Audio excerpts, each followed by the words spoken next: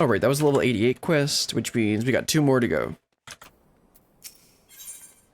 Trial of Skulls. Uh-oh. The blasphemy hunter may seem calm and collected from a distance, but you suspect something is amiss. Something terrible has happened. I think there's something amiss. It's Fordola! She escaped! I don't think that's quite what happened. She was accompanying a squadron out on a training exercise. One moment she was there, and the next, she was gone. I didn't think much of it at the time, but she's been acting strangely ever since she went to meet that mother and child. You know, the ones who wanted to thank her for saving the girl's life. When I told Commander Aldine about it, he went charging off to Alagana to ask them if they had any idea where Fordola might be. I thought about going after him, but when I heard you were headed this way, I reckon it'd be better to send you in my stead. Godspeed, Brilliant. That's not good, although I suspect that's not quite how this went down, and it's probably not going to be near as bad as what they think it is. I mean, for all they know, they might think that she's turned. Alright, where are you, Albon? Probably up here. Yep, they're there. Godspeed good! What is she thinking? I know you! You're friends with the brave lady, aren't you? Have we done something wrong? I sure hope you haven't.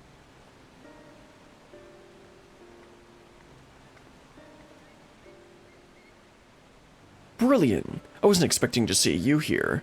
You've heard what's happened then. Just as Fordola was beginning to earn our trust, she's given us the slip. As you may know, she wears a choker enchanted to prevent exactly that. If I were to give the order, she would be dead within moments, and she knows that. She took the risk anyway, so I have to believe she has a good reason. That's what we're looking into now. We were hoping Clairol and young Lily here could shed some light on the matter.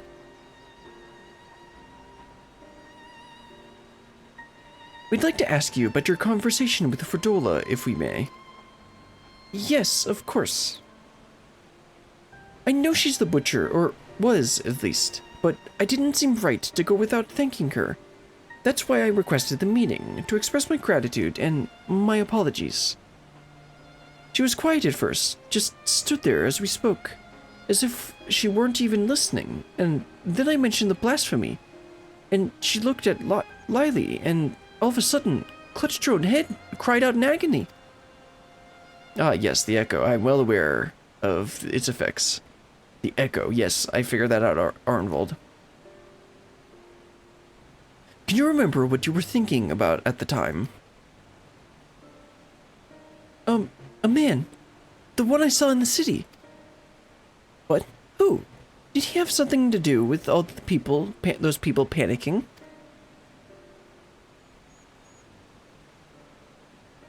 Oh, is she gonna have seen the guy?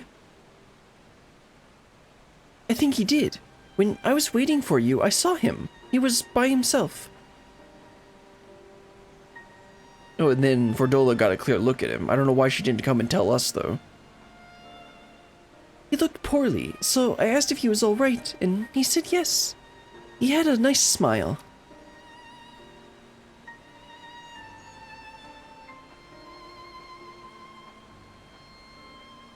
He got up and started walking away, but then...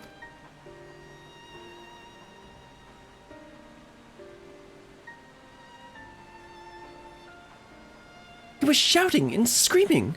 I was so frightened. I didn't want to talk about it, not even to Mum. I wish you'd said something sooner. I'm sorry, Poppet. This was my fault for leaving you on your own. The man who turned into the blasphemy, I'd wager. The girl saw him, which means Fordola has now seen him too. There was one other thing. When Fordola was having her, funny turn, she said something. Charlie? No, Charlotte? I think. Yes, that was it. ring any bells? Can't say it does, but if he has anything to do with the skulls, the Silver Griffins should have some information on him. We'd best have a word with Ragnfrid then. You've both been very helpful. I'd also like to thank you for being so kind to Fordola. She may not have said it, but I'm sure it meant a lot to her. I have a couple more things I'd like to ask, so I'll catch up with you later. Okay, Arnwald. You and your speedy wheelchair. She's probably like drifting around Garabania in the sands or something. Oh, hold on. Whatever she's dealing with, she needn't face it alone. I wish I could have told her that, even though I know she probably wouldn't have listened. Yeah, that's about right. Where did the brave lady go? Fordola may well be everything the people say she is, or worse, but she did us a good turn that day. I'll never forget it. Alright, let's go talk with, what's his name again? Ragnfrid. See if she has any information on the guy that Fordola saw. I have a feeling this Charlotte and Fordola are connected in some way. Charlotte, you say? Yes, that name came up during our recent investigations. As I recall, he served under the Viceroy during the occupation, and his whereabouts are currently unknown. He had an older brother named Ansfrid, one of the Crania Lupi. Ah, yes, that's where we're going. Which would give him a connection to Fordola. Is there anyone who can tell us more about him? Yes, an uncle, who we recently helped find employment here in Alagana. He's actually the one who asked us to look after Charlotte. You'll most likely find him working on the Sleeping Stones. As it happens, I was planning to bring him something to eat. I'll join you there shortly. Okay. You might think a quarry is no place for a man of advanced years, and perhaps you'd be right. But hard times are the only times we've known, even before the occupation. And I doubt that'll change much within my lifetime. Okay, let's head on over to, where's all the way over there? Okay. Let's head on over. Ah, there's Raubon. Perhaps we should have asked what he looks like.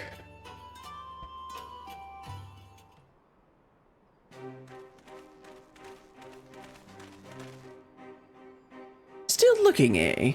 That's him over there.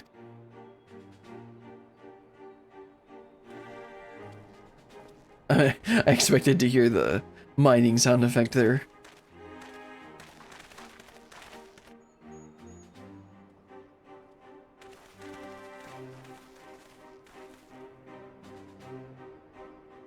I hope we're not interrupting. No, of course not. It's good to see you, Ragnfrid.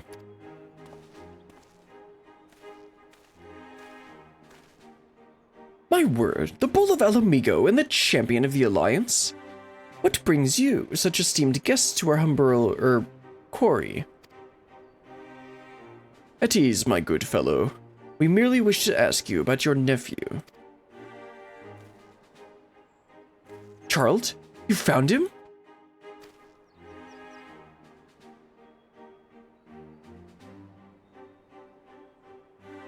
No luck yet, then. Is there anything else you can tell us? More about his childhood, perhaps? Wasn't much of one, I'm afraid. Poor boy's life was ruined long before he had any say in the matter. His parents and I swore allegiance to Garlemald to secure ourselves and our kin's citizenship. For all good it did us here, living amongst our countrymen who had treated us as pariahs. Took its toll on him and his brother, to be spat on as traitors by association. One thing led to another, and Ansfrid, together with most of his friends, joined the Imperial Army. That's how it started, you know. The Crania Lupi. Gaius? Oh, Gaius's loyal little pups. Do you remember the names of these friends? Yes, they had quite the reputation growing up.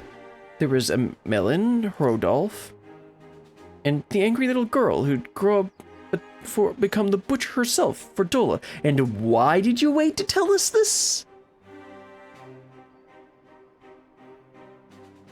Charlotte was part of their group too, yes? But from what we've heard, he chose not to become a soldier. Wouldn't have lasted a day in training. He knew that better than anyone, of course. Not that it helped him to feel any less guilty for turning his back on the others.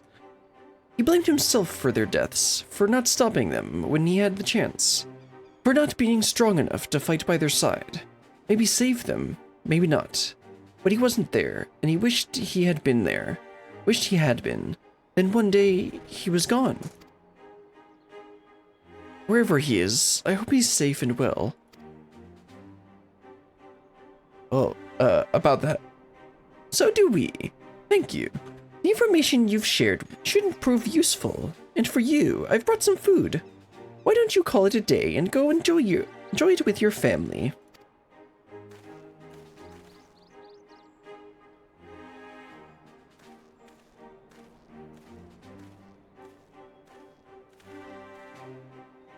Let him have his peace for now. Back to Alagana. Well, I guess we know who the blasphemy is then.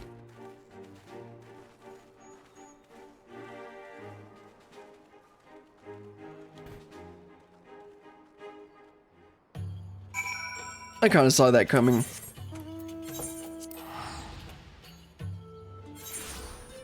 Okay, let's go ahead and talk to them. That little girl's worried about Fordola. As for the mother, well, it's complicated. Understandable, really.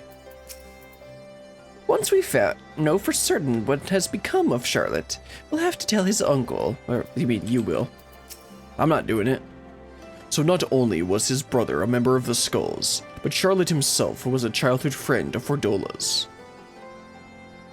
I'm told he refused the support of the Silver Griffins as well. He's been trying to make his own way for some time now. His brother and his friends died in Specula Imperator. I can never pronounce these names. Save for Fordola, because she killed them.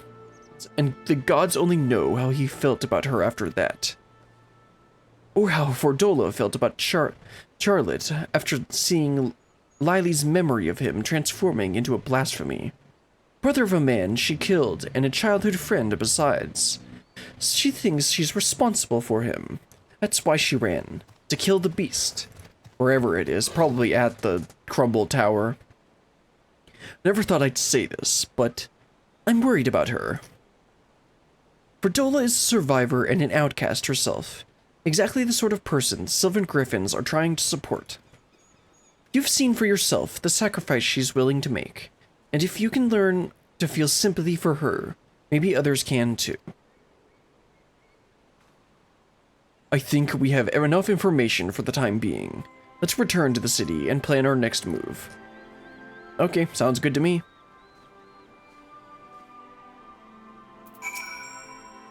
As the saying goes, history is written by the victor, and I'll wager those who swore loyalty to Garlemald never thought they'd find themselves on the losing side. But they did, and they paid a price. Maybe not enough for some, but we have got to draw a line somewhere. To some, Fordola is a monster worse than any blasphemy, but I've seen enough working with the Silver Griffins to realize it's never that simple. I want to believe that there's hope for her, and there's hope for us all. Well, that's nice speech. Let's head on back to Almegan Quarter and wrap up this quest, and then we got one more to do. I've assigned a few of my soldiers to assist the Silver Griffins in investigating Charlotte's background. With luck, we will find him quickly, and then we can prepare for what must come after. We're all but certain Charlotte is the one who transformed into a blasphemy, and so there's naught to be done but to put him out of his misery. As for Fordola, I put Monago and her troops in charge of tracking her. Once they've found her, they have my permission to lend whatever support they deem necessary. If it comes to it, I may ask you to join the search. Until such time, I ask that you take this opportunity to rest. Nah, Raban, I don't do that.